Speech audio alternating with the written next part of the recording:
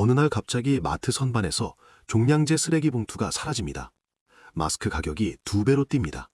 편의점 비닐봉지가 품귀 현상을 일으킵니다. 총 한 발 쏘지 않은 나라에서 벌어진 일입니다. 중동의 전쟁 때문입니다. 전쟁이랑 쓰레기 봉투가 대체 무슨 상관이에요? 바로 나프타 때문입니다. 원유를 정제할 때 뽑아내는 이 물질이 우리가 매일 쓰는 플라스틱 제품 거의 전부의 출발점입니다. 종량제 봉투도 마스크도 페트병도 모두 이 한 가지에서 시작됩니다. 중동이 흔들리면 나프타가 흔들리고 나프타가 흔들리면 우리 주방이 흔들립니다. 그럼 기름 한 방울 안 나는 한국은 중동에 불나면 가장 먼저 쓰러져야 하는 거 아닌가요? 그게 바로 이 이야기의 핵심입니다. 전 세계가 유가 공포에 떨고 있는 바로 그 순간 원유의 나라 사우디아라비아의 자회사가 한국 울산으로 9조 원을 싸들고 왔습니다. 기름을 가진 나라가 기름 한 방울 없는 나라에 판돈을 올린 겁니다. 왜 그랬는지 그 이유를 지금부터 차근차근 함께 살펴보도록 하겠습니다. 2024년 말 중동 정세가 다시 흔들리기 시작했습니다. 이스라엘과 하마스의 충돌이 장기화되고 이란과 미국의 긴장이 고조되면서 국제 유가는 롤러코스터를 탔습니다. 국제 유가가 출렁이면 보통 사람들은 이렇게 생각합니다. 주유소 기름값이 좀 오르겠구나. 그런데 실제로 벌어지는 일은 그보다 훨씬 광범위합니다. 주유소 말고 또 어디가 흔들린다는 거예요? 우리 집 주방이 흔들립니다. 원유 공급이 조금만 삐끗해도 마트 선반에서 종량제 쓰레기 봉투가 사라지고 마스크 가격이 요동칩니다. 왜 이런 일이 벌어지는지 이해하려면 원유가 어떻게 우리 일상으로 들어오는지를 먼저 알아야 합니다. 원유는 그냥 쓸 수 없습니다. 정유 공장에서 끓여서 분리해야 하는데 이 과정에서 여러 물질이 층층이 나뉩니다. 자동차에 넣는 휘발유, 비행기 연료인 항공유, 트럭용 경유, 그리고 이것들 사이에서 조용히 나오는 물질이 하나 더 있습니다. 바로 나프타입니다. 나프타요? 저는 처음 들어보는데요. 생소하게 들리지만 나프타는 우리 일상을 떠받치는 보이지 않는 기둥입니다. 종량제 쓰레기 봉투, 마스크, 페트병, 비닐봉지, 스티로폼 컵, 자동차 범퍼, 이 모든 것들이 나프타에서 출발합니다. 중동에서 원유 공급이 불안해지면 나프타 가격이 뛰고 나프타를 원료로 쓰는 기업들의 원가가 치솟습니다. 그 충격이 결국 우리 마트 선반까지 밀려옵니다. 지구 반대편의 총성이 우리 집 쓰레기 봉투 가격을 움직이는 구조입니다. 세계 경제는 이미 이렇게 촘촘하게 연결돼 있습니다. 그러면 원유를 한 방울도 안 뽑는 한국은 이 구조에서 제일 약한 골이 아닌가요? 솔직히 중동만 흔들리면 한국은 그냥 당하는 거잖아요. 맞습니다. 한국은 원유를 단 한 방울도 직접 생산하지 않습니다. 쓰는 원유 전부를 수입에 의존합니다. 그러면 중동이 불안해질 때 한국은 가장 먼저 치명상을 입어야 정상입니다. 그런데 현실은 바로 정반대였습니다. 중동의 산유국이 오히려 한국으로 돈을 가지고 왔습니다. 기름을 가진 나라가 기름 한 방울 없는 나라 한국에 화학공장 문을 두드린 겁니다. 나프타를 손에 준 뒤 한국이 무엇을 해왔는지를 보면 이 역설의 답이 보입니다. 한국이 반세기 동안 나프타로 쌓아올린 것이 바로 그 열쇠입니다. 나프타 이야기를 조금 더 해보겠습니다. 나프타를 화학공장으로 가져가서 800도가 넘는 뜨거운 스팀으로 강하게 분해하면 새로운 물질이 튀어나옵니다. 바로 에틸렌입니다. 에틸렌은 석유화학 산업의 쌀이라고 불립니다. 거의 모든 플라스틱 제품의 핵심 재료가 여기서 출발하기 때문입니다. 이 공정을 업계에서는 NCC라고 부릅니다. 나프타 분해 공정이란 뜻입니다. 그러면 에틸렌만 잘 만들면 되는 거 아닌가요? 돈 있으면 공장 지으면 되는 거잖아요. 바로 그 질문이 핵심입니다. 에틸렌을 만드는 공장 하나는 돈만 있으면 누구든 지을 수 있습니다. 사우디도 짓고 중국도 짓고 중동 여러 나라도 짓습니다. 그런데 사우디 아람코의 자회사 S-오일이 9조 원을 들고 굳이 한국 울산으로 온 이유는 에틸렌 공장 하나 때문이 아닙니다. 한국에만 있는 것 때문입니다. 바로 거미줄 생태계입니다. 한국의 울산, 여수, 대산을 지도에서 찾아보시면 이 세 곳에 수백 개의 화학기업들이 빽빽하게 들어차 있습니다. 이 기업들은 서로 경쟁하면서도 서로의 원료를 사고 팝니다. 어떻게 돌아갔는지 한번 따라가 보겠습니다. A 공장이 에틸렌을 만듭니다. B 공장이 그 에틸렌을 사서 소독약과 계면활성제의 원료인 에틸렌 옥사이드를 만듭니다. C 공장은 그걸 다시 사서 자동차 냉각수와 부동액의 핵심 성분인 에틸렌 글리콜을 만듭니다. D 공장은 그 에틸렌 글리콜로 페트병과 옷감의 원료인 PET 수지를 만듭니다. 이 공장은 최종적으로 우리가 마트에서 사는 생수병과 폴리에스터 운동복을 완성합니다. 아, 그러니까 공장 하나에서 끝나는 게 아니라 여러 공장이 릴레이처럼 이어지는 구조군요. 정확합니다. 그런데 여기서 더 중요한 게 있습니다. 이 릴레이가 한 도시 안에서 파이프라인으로 직접 연결되어 돌아갑니다. 트럭으로 원료를 실어 나를 부정가 없습니다. 공장과 공장 사이를 파이프가 직접 잇고 있어서 원료를 수송하는 시간도 비용도 사실상 제로에 가깝습니다. 한 공정에서 나온 부산물이 옆 공장의 원료가 되어버리는 것이 거의 없습니다. 전체 효율이 압도적으로 높아지는 겁니다. 이 생태계를 만드는데 한국은 한 세대가 넘는 시간이 걸렸습니다. 1970년대 정부가 울산과 여수에 석유화학단지를 조성하기 시작한 이후 수많은 기업들이 들어오고 경쟁하고 협력하면서 지금의 구조가 만들어진 겁니다. 50년 가까운 시간 동안 쌓인 노하우와 인프라가 지금 이 생태계의 뼈대입니다. 그러면 사우디 입장에서는 이걸 처음부터 자기네가 만들려면 돈을 쏟아 부어도 안 된다는 얘기네요? 돈으로도 시간으로도 단기간에 살 수 없습니다. 산유국 정부가 수십조 원을 퍼부어 공장 하나는 지을 수 있습니다. 그런데 수백 개의 민간 기업들이 치열하게 경쟁하며 협력해 수십 년에 걸쳐 구축한 생태계는 복제가 불가능합니다. S-오일이 9조 원의 입장권을 끄는 건 바로 이 생태계에 올라타기 위해서입니다. 원유는 사우디에 있지만 원유를 가장 똑똑하게 쓰는 시스템은 한국에 있었던 겁니다. 기름을 캐는 나라가 기름 없는 나라의 화학 생태계에 베팅한 이유가 바로 여기에 있습니다. 그런데 이 완벽해 보이던 한국의 화학 생태계에 무서운 폭풍이 몰아치고 있습니다. 그것도 두 방향에서 동시에 옵니다. 첫 번째 폭풍은 중국입니다. 중국하면 흔히 값싼 공산품을 떠올립니다. 그런데 지금 중국이 한국 석유화학 산업에 가하는 압박은 그 차원을 훨씬 넘어섭니다. 2025년 기준으로 중국의 에틸렌 자급률이 100%를 돌파했습니다. 불과 10여 년 전만 해도 중국은 한국에서 에틸렌과 플라스틱 원료를 대량으로 수입하던 나라였습니다. 그 중국이 이제는 스스로 다 만들고도 남아서 오히려 수출까지 하고 있습니다. 10년 만에 그게 가능해요? 그게 어떻게 된 거예요? 중국은 국가가 직접 밀어붙였습니다. 엄청난 자본을 쏟아부어 대규모 화학단지를 빠르게 지어 올렸습니다. 10년 만에 생산 능력을 몇 배로 끌어올린 겁니다. 그런데 여기서 더 무서운 한 방이 나옵니다. 중국은 석유 말고 석탄으로도 플라스틱 원료를 만들기 시작했습니다. 석탄을 원료로 화학 제품을 뽑아내는 CTO 공정입니다. 석탄 화학 공정이라고 부릅니다. 중국은 석탄이 넘쳐납니다. 석탄은 원유보다 훨씬 쌉니다. 그러니 원가 자체가 중국보다 구조적으로 낮아집니다. 원가가 구조적으로 낮으면 가격 싸움 자체가 성립이 안 되는 거잖아요.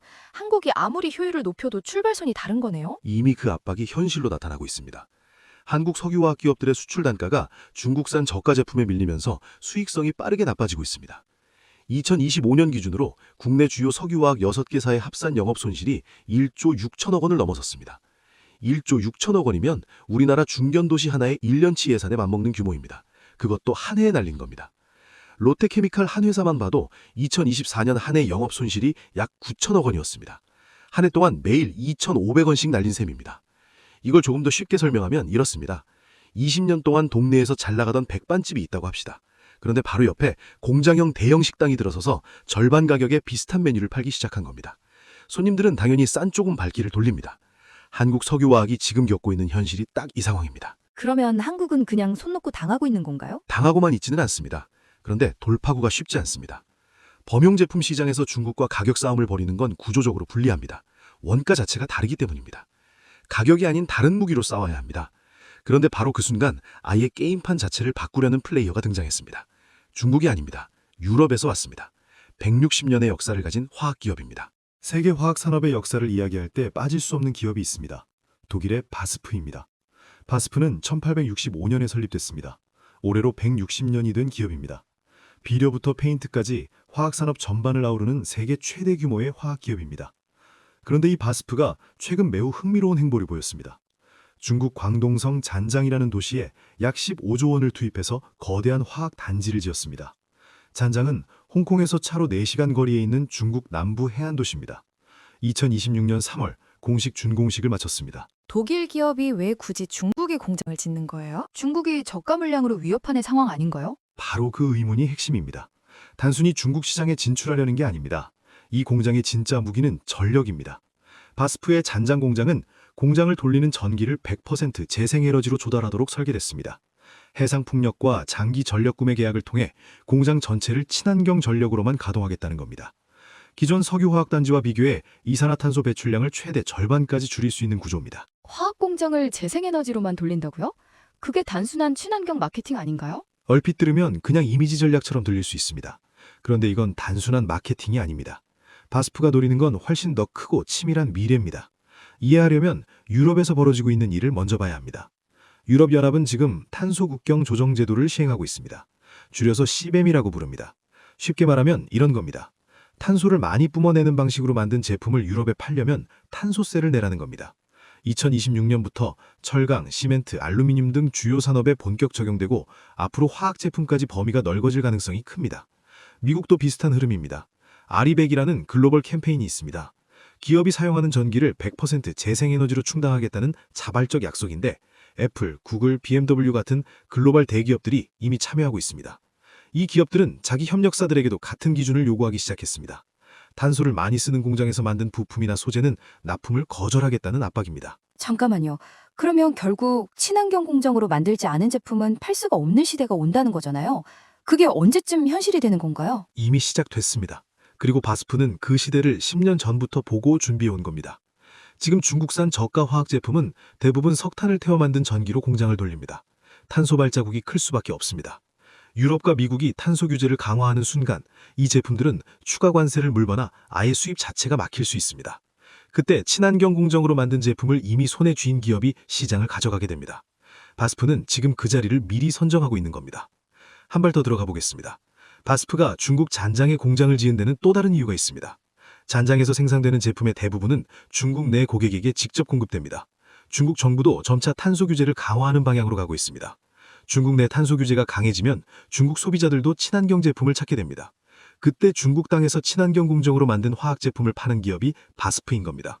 밖에서는 유럽, 미국 규제로 중국산을 막고 안에선 중국 시장을 직접 파고드는 구조입니다. 그러면 한국은 이 그림에서 어디에 서 있는 건가요? 솔직히 말씀드리면 한국은 지금 매우 좁은 공간에 끼어 있습니다. 중국의 저가 물량이 아래서 치고 올라오고 있고 바스프로 대표되는 유럽의 친환경 전략이 위에서 룰을 바꾸고 있습니다. 아래서 치고 위에서 조이는 압박을 동시에 받고 있는 겁니다.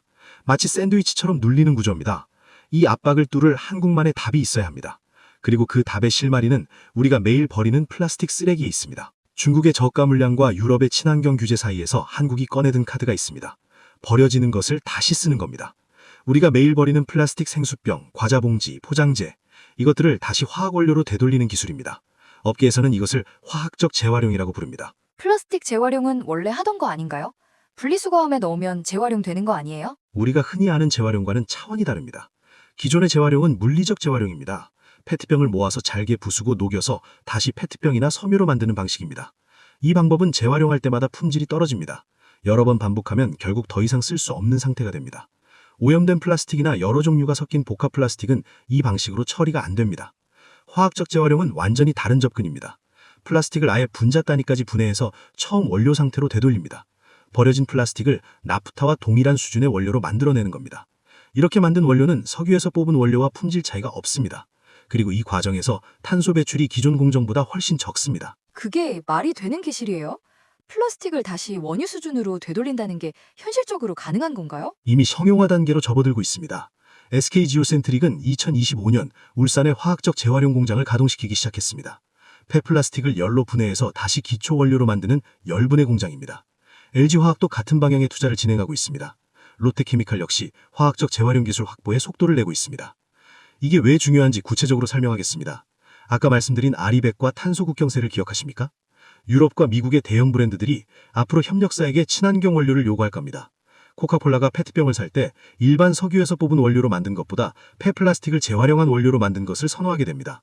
나이키가 운동복을 만들 때 재활용 원료로 만든 폴리에스터 섬유를 요구하게 됩니다. 유럽연합은 2030년까지 페트병의 재활용 원료를 30% 이상 사용하도록 의무화하는 방향으로 가고 있습니다. 의무가 생기면 기업들은 비싸도 살 수밖에 없습니다. 이 수요가 빠르게 커지고 있고 한국 기업들이 바로 그 시장을 겨냥하고 있는 겁니다. 그러면 S오일의 9조 원 투자도 이런 흐름과 연결되는 건가요? 매우 중요한 연결고리입니다. 사우디 아람코 입장에서는 지금 절박한 위기감이 있습니다. 전 세계가 화석연료에서 벗어나려는 흐름이 가속화되면 원유 수요 자체가 줄어들 수 있습니다. 전기차가 늘어날수록 자동차 연료용 기름 수요는 줄어듭니다. 그렇다면 원유를 어디에 써야 할까요? 연료가 아니라 소재로 써야 합니다. 플라스틱, 섬유, 의약품, 화장품 원료 이쪽 수요는 오히려 늘어나고 있습니다. 아람코는 한국의 화학 생태계와 재활용 기술에 올라타서 원유의 새로운 활용처를 함께 개발하려는 동맹에 가깝습니다. 단순한 공장 건설 투자가 아니라 미래 산업 구조 자체를 함께 만들어가려는 동맹인 겁니다. 기름을 파는 나라와 기름을 가장 잘 쓰는 나라가 손을 잡은 겁니다. 그런데 이 전략이 제대로 작동하려면 한국이 반드시 넘어야 할 벽들이 있습니다. 생각보다 높고 생각보다 두꺼운 벽들입니다. 화학적 재활용이 미래의 열쇠인 건 맞습니다. 그런데 이 전환이 순탄하게 이뤄지려면 한국이 넘어야 할 벽이 3개 있습니다. 냉정하게 하나씩 짚어보겠습니다. 첫 번째 벽은 원가입니다. 화학적 재활용으로 만든 원료는 아직 일반 석유에서 뽑은 원료보다 비쌉니다. 폐플라스틱을 모으고 분류하고 분해하는 전 과정의 비용이 많이 들기 때문입니다. 2025년 기준으로 화학적 재활용 원료의 생산 단가는 일반 나프타 기반 원료보다 2배에서 3배 수준입니다. 마트에서 같은 생수병인데 하나는 1,000원이고 하나는 2,000원에서 3,000원이라고 생각해 보십시오. 소비자도 기업도 당연히 싼 쪽으로 손이 갑니다. 재활용 원료가 주류가 되려면 이 원가 차이를 먼저 좁혀야 합니다. 2배에서 3배면 기업들이 선뜻 쓰려고 하겠어요? 결국 규제로 강제하지 않으면 시장이 안 열리는 거 아닌가요? 그래서 두 가지 힘이 동시에 이 벽을 허물고 있습니다. 하나는 말씀하신 규제입니다. 유럽연합은 2030년까지 페트병의 재활용 원료를 30% 이상 사용하도록 의무화하는 방향으로 가고 있습니다. 의무가 생기면 기업들은 비싸도 살 수밖에 없습니다. 다른 하나는 기술 발전입니다. 공장 규모가 커질수록 단가는 내려갑니다. SK 지오센트릭 같은 기업들이 생산 규모를 키우면서 원가를 낮추는 작업을 지금 진행하고 있습니다. 두 힘이 같은 방향으로 작용하면 원가 격차는 빠르게 좁혀질 수 있습니다. 두 번째 벽은 폐플라스틱 수거 인프라입니다. 화학적 재활용 공장을 아무리 잘 지어도 원료가 될 폐플라스틱이 안정적으로 공급되지 않으면 공장이 돌아가지 않습니다. 지금 국내에서 발생하는 폐플라스틱의 상당 부분이 여러 종류가 뒤섞이거나 음식물로 오염되어 있어서 화학적 재활용 원료로 바로 쓰기가 어렵습니다. 분리수거를 잘하는 나라로 알려진 한국이지만 실제로 화학적 재활용이 가능한 상태로 수거되는 비율은 생각보다 높지 않습니다. 그러면 9조 원짜리 최첨단 재활용 공장을 지어도 원료가 없어서 못 돌리는 상황이 올 수도 있겠네요. 실제로 업계에서 가장 우려하는 부분이 바로 그겁니다. 기술은 있는데 원료가 부족한 상황입니다. 이 문제를 해결하기 위해 기업들이 폐플라스틱 수거 체계를 직접 구축하기 시작했습니다. SK 지오센트릭은 국내 폐기물 처리 기업들과 협력해서 안정적인 원료 공급망을 만들고 있습니다. 정부 차원에서도 폐플라스틱 선별 시설에 대한 투자를 늘리고 있습니다. 그러나 이 인프라가 충분히 갖춰지려면 아직 몇 년의 시간이 더 필요합니다. 그리고 그 인프라의 출발점은 결국 우리 각자의 분리수거함입니다. 세 번째 벽은 속도입니다. 바스프는 이미 15조 원을 투자해서 친환경 공장을 완공했습니다. 중국은 정부 주도로 화학산업 전환에 막대한 자금을 쏟아붓고 있습니다. 글로벌 경쟁자들이 이미 달리고 있는 동안 한국의 전환 속도가 충분히 빠른가 하는 질문이 나옵니다. 한국 기업들이 너무 느린 거 아닌가요? 위기감이 있긴 한 건가요? 느리다기보다 이중 부담을 지고 있다는 표현이 더 정확합니다. 한국 석유화학 기업들은 지금 기존 범용 사업의 적자를 버티면서 동시에 미래 친환경 사업에 투자해야 하는 상황입니다. 마치 달리는 기차에서 선로를 갈아 끼우는 것과 비슷합니다. 기차를 멈추면 경쟁에서 뒤처지고 선로를 너무 늦게 갈면 탈선합니다. 이 타이밍을 잡는 것이 지금 한국 석유화학이 직면한 가장 날카로운 과제입니다. 세 개의 벽을 넘는 데 걸리는 시간이 바로 골든타임입니다. 원가를 낮추고 수거 인프라를 갖추고 전환 속도를 높이는 이 세 가지를 동시에 해내야 합니다. 그런데 이 골든타임이 얼마나 남았는지를 숫자로 보면 위기의 무게가 더 실감납니다. 지금까지 구조와 전략을 살펴봤다면 이번에는 숫자로 현실을 직접 들여다보겠습니다. 현재 한국 석유화학 산업의 성적표를 보면 위기의 무게가 얼마나 무거운지 실감날 수 있습니다. 2024년 기준으로 국내 주요 석유화학 6개사의 합산 영업 손실이 1조 6,500억 원을 넘어섰습니다. 1조 6,500억 원이 어느 정도 규모인지 감이 잘 안 오실 수 있습니다. 우리나라 중견광역시 하나의 1년치 복지 예산에 맞먹는 돈을 업계 전체가 한 해 동안 날린 겁니다. 그것도 한 해가 아니라 수년째 이어지고 있습니다. 수년째요? 그러면 버티는데 한계가 있지 않나요? 롯데케미칼만 봐도 상황이 보입니다. 2022년에 약 7,600억 원 손실을 냈습니다. 2023년에도 약 3,500억 원 손실이었습니다. 그리고 2024년에는 약 9,000억 원 손실을 기록했습니다. 3년 누적으로 보면 2조 원이나 가까운 돈이 사라진 겁니다. 하루 평균으로 환산하면 매일 25억씩 3년 동안 날린 겁니다. 서울 아파트 한 채 값이 매일 사라진 겁니다. 이 상황이 왜 벌어졌는지 원인을 세 가지로 정리할 수 있습니다. 첫째는 스프레드 축소입니다. 스프레드란 원료인 나프타 가격과 최종 제품 가격의 차이입니다. 이 차이가 기업의 이익이 됩니다. 그런데 중국의 공급 과잉으로 제품 가격이 내려가면서 이 차이가 급격히 좁아졌습니다. 재료비는 그대로인데 판매 가격이 떨어지는 상황입니다. 식당으로 비유하면 재료값은 그대로인데 음식값을 내려야 하는 상황입니다. 마진이 녹아내리는 겁니다. 버티려면 결국 뭔가 팔아야 하잖아요. 기업들이 어떻게 실탄을 마련하고 있어요? 크게 세 가지 방향으로 대응하고 있습니다. 첫 번째는 사업구조 재편입니다. 수익성이 낮은 범용 제품 생산 라인을 줄이고 고부가 가치 제품으로 무게중심을 옮기고 있습니다. 누구나 만들 수 있는 일반 플라스틱 대신 전기차 배터리 부품이나 반도체 소재에 쓰이는 특수 화학 소재로 방향을 틀고 있습니다.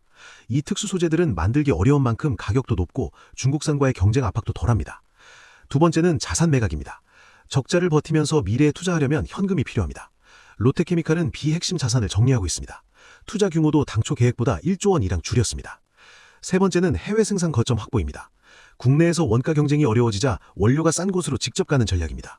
S-오일의 샤인 프로젝트가 대표적입니다. 사우디 아람코의 자회사인 S-오일이 울산에 9조 원을 투자해서 원유에서 직접 화학 제품을 뽑아내는 세계 최초의 공장을 짓고 있습니다. 2026년 상반기 완공을 목표로 현재 공사 마무리 단계에 있습니다. 이 공장이 가동되면 나프타를 거치지 않고 원유에서 바로 화학 원료를 만들 수 있어서 원가 경쟁력이 달라집니다. 세 가지를 동시에 하려면 체력이 엄청나게 필요하겠는데요. 지금 상태에서 버틸 수 있는 건가요? 솔직히 말씀드리면 기업마다 온도차가 있습니다. LG화학은 배터리 사업과 첨단 소재 사업을 함께하고 있어서 석유화학 부분의 손실을 어느 정도 버틸 체력이 있습니다. 그런데 범용 석유화학 비중이 높은 기업들은 상황이 더 급합니다. 체력이 소진되기 전에 전환을 완성해야 합니다. 전문가들은 지금 한국 석유화학의 침체를 과거와 다르게 봅니다. 과거에는 업황이 나빠지면 몇 년 기다리면 회복됐습니다. 경기 사이클의 문제였기 때문입니다. 그런데 지금은 다릅니다. 중국의 공급 과잉이 구조적으로 굳어지고 있고 친환경 규제가 영구적으로 강화되는 방향입니다. 단순히 기다린다고 해결되지 않는 구조적 불황이라는 진단이 업계 안팎에서 나오고 있습니다. 이 성적표가 보여주는 건 단순한 실적 부진이 아닙니다.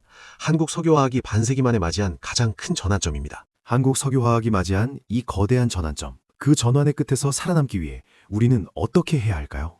지금까지 중동의 총성에서 시작해 마트 선반의 쓰레기 봉투까지, 사우디의 9조 원 베팅에서 시작해서 독일 바스프의 치밀한 빌드업까지, 중국의 물량 공세에서 시작해서 한국 기업들의 생존 전략까지, 이 모든 이야기는 사실 하나의 질문으로 모입니다. 기름 한 방울 안 나는 나라가 어떻게 살아남을 것인가? 결국 한국이 살아남을 수 있을지가 핵심이네요. 그런데 이 질문이 우리와 멀리 있지 않습니다. 지금 여러분의 손에 들린 플라스틱 생수병 하나를 생각해 보십시오. 그 생수병은 중동에서 온 원유에서 출발했습니다. 한국의 정유 공장에서 나프타로 분리됐습니다. 울산의 화학단지에서 에틸렌으로 쪼개졌습니다. 수십 개의 공장을 거쳐 지금 여러분의 손안에 담겼습니다. 그리고 여러분이 그 병을 분리수거함에 넣는 순간 이 전쟁의 다음 라운드가 시작됩니다. 그 버려진 병이 화학적 재활용 공장으로 들어가면 다시 나프타 수중의 원료로 되살아납니다. 중동에서 원유를 사오지 않아도 되는 원료가 우리 손에서 만들어지는 겁니다. 이것이 한국에 찾아낸 새로운 광산입니다. 땅속에 묻힌 기름이 아니라 우리가 매일 쓰고 버리는 플라스틱이 광산입니다. 듣고 보니 분리수거가 단순한 환경운동이 아니라 산업전략이기도 하네요. 정확합니다. 한국이 이 구조를 빠르게 완성할 수 있느냐가 앞으로 10년을 결정합니다. 정리해보겠습니다. 한국 석유화학은 지금 세 개의 압박을 동시에 받고 있습니다. 중국의 저가 물량이 아래에서 치고 올라오고 있습니다. 유럽의 탄소 규제가 위에서 룰을 바꾸고 있습니다. 원유 의존도를 낮춰야 한다는 구조적 숙제가 안에서 무게를 더합니다. 이 세 압박에 한국이 내놓은 대답은 이렇습니다. 반세기 동안 쌓아온 거미줄 생태계를 지키면서 그 위에 친환경 기술을 올립니다. 사우디의 자본을 레버리지로 삼아 원료 확보에 숨통을 틉니다. 폐플라스틱을 새로운 원료로 되살려 탄소 규제를 역으로 무기로 만듭니다. 이 전략이 제대로 작동하면 한국은 중국의 물량도 유럽의 규제도 함께 뚫을 수 있습니다. 그런데 이 전략이 완성되려면 반드시 필요한 것이 하나 있습니다. 기업의 투자만으로는 안 됩니다. 폐플라스틱이 제대로 모여야 공장이 돌아갑니다. 수거 인프라가 갖춰져야 원료가 생깁니다. 그 인프라의 출발점은 우리 각자의 분리수거함입니다. 글로벌 패권 전쟁의 최전선이 사실은 우리 집 주방에 있었습니다. 중동의 유가가 우리 쓰레기 봉투를 흔든다면 우리의 분리수거가 중동의 원유를 대신할 수도 있습니다. 기름 한 방울 안 나는 나라가 선택한 길입니다. 그 길이 어디로 이어질지 앞으로 몇 년이 답을 보여줄 겁니다. 오늘 이야기 들으니까 분리수거를 괜히 더 열심히 해야겠다는 생각이 드네요. 그 작은 행동이 진짜로 연결돼 있습니다. 여러분이 오늘 버린 페트병 하나가 수조 원이 오가는 글로벌 화학 산업의 원료가 될 수 있습니다. 한국 석유화학이 이 위기를 돌파하는데 여러분의 분리수거함이 작은 방패가 됩니다. 오늘 당장 무심코 버리려던 생수병 하나, 이제는 다르게 보이시나요? 중동의 기름을 대신할 여러분만의 분리수거 꿀팁이 있다면, 혹은 이 거대한 산업 전쟁에 대해 어떻게 생각하시는지 여러분의 생각을 댓글로 남겨주세요.